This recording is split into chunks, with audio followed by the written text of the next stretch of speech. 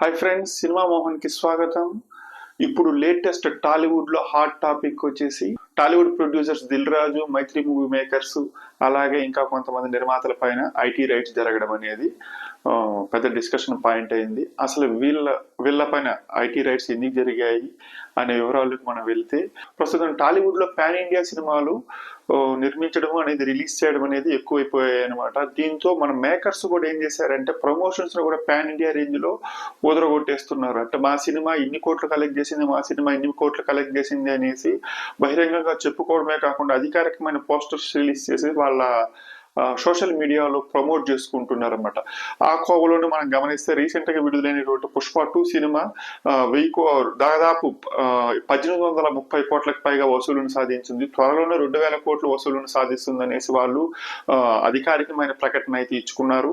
దీనికి సంబంధించి రీరూలెడ్ వర్షన్ కూడా రీసెంట్ గా రిలీజ్ అయింది. ప్రేక్షకుల నుంచి ఆదరణ లభిస్తుంది అనమాట. అలాగే మరొక వైపు చూసుకుంటే సంక్రాంతికి గేమ్ చేంజర్, డాకు మహారాజు, సంక్రాంతికి వస్తున్నాం సినిమాలు రిలీజ్ అయింది అనమాట. ఈ 3 సినిమాల్లో దిల్ రాజు సినిమాలు వచ్చి చూస్తే గేమ్ చేంజర్ ఒకటి, అలాగే సంక్రాంతికి వస్తున్నాం. ఈ 2 సినిమాలతో పాటు డాకు మహారాజ్ సినిమా, ఈ 3 సినిమాలు కూడా 100 కోట్లు కలెక్ట్ చేశాయి. మరీ ముఖ్యంగా సంక్రాంతికి వస్తున్నాం అయితే 200 కోట్లకు పైగా గ్రాస్ వసూలును క్రాస్ చేసింది.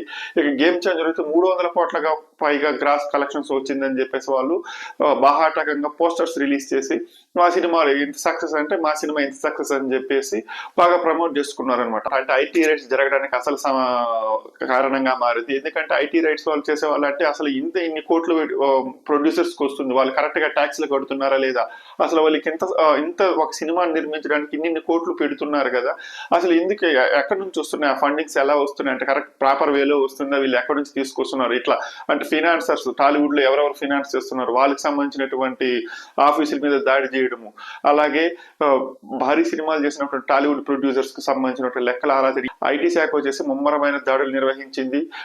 మరి దీనిపైన ఇప్పటి వరకు టాలీవుడ్ మేకర్స్ కానీ అంటే టాలీవుడ్ పెద్దలు ఎవరు స్పందించలేదు. మరి దీనిపైన వాళ్ళు ఎలా స్పందిస్తారనేది మనం తెలియాలంటే కొంతకాలం ఆగాల్సిందే.